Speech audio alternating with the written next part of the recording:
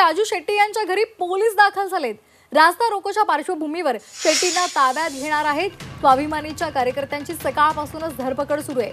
रत्नागिरी नागपूर या महामार्गावर शेट्टींच्या नेतृत्वामध्ये आंदोलन होणार आहे। सांगली कोल्हापूर महामार्गावरील बाधित 10 गावांमधील शेतकऱ्यांना न्याय देण्याच्या मागणीसाठी स्वाभिमानी शेतकरी संघटना आंदोलन करणार आहे। आणि या पार्श्वभूमीवर राजू शेट्टी यांच्या घरी पोलीस दाखल झालेत। या संदर्भात अधिक माहिती घेणार आहोत आमचे प्रतिनिधी प्रताप नाईक यांच्याकडून। प्रताप, काय अपडेट्स आहेत? की उदगाव टोल नाक्यावर आज सांगली कोल्हापूर महामार्ग जो आहे तो रोखून धरला जाणार आहे।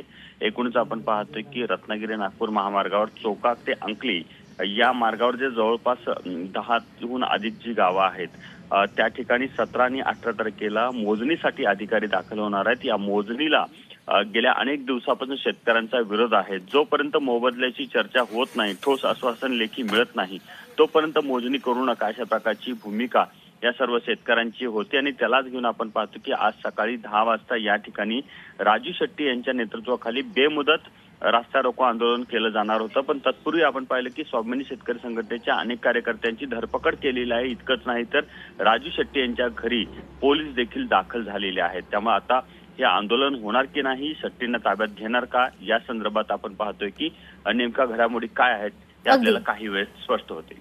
धन्यवाद दिलेल्या माहितीसाठी।